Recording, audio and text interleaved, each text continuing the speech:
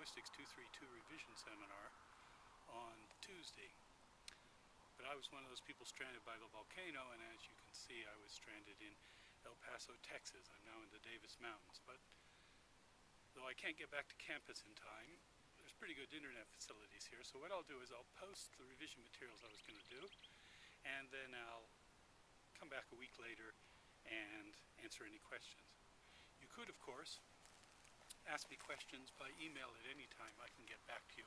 I'll probably get back on Lovely so that everyone can see the answers. A few simple things I can tell you. First, there's one obligatory question. It's just like in past years. There's a number of texts, and about 4 or 5, and you have a checklist of things you can say about them. Best way to practice for that is by going over past years. There's 2 things people do wrong on that one. One is that they just focus on one of the texts.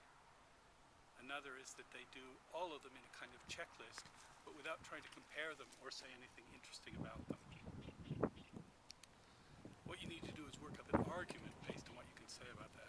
You don't have to cover all the topics, but it generally works better, you get a better mark, if you cover more of the bullet point list and not just 1 or 2, because then it looks like one of your essays. The other question comes from a range that you get to choose. Take a look at past questions and you'll see the kind of breadth they have for those.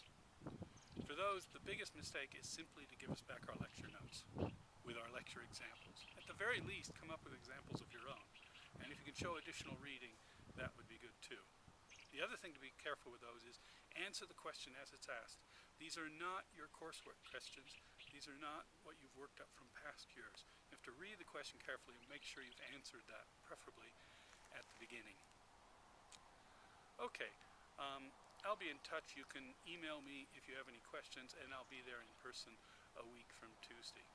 For now, let me just show you what the Davis Mountains of West Texas look like.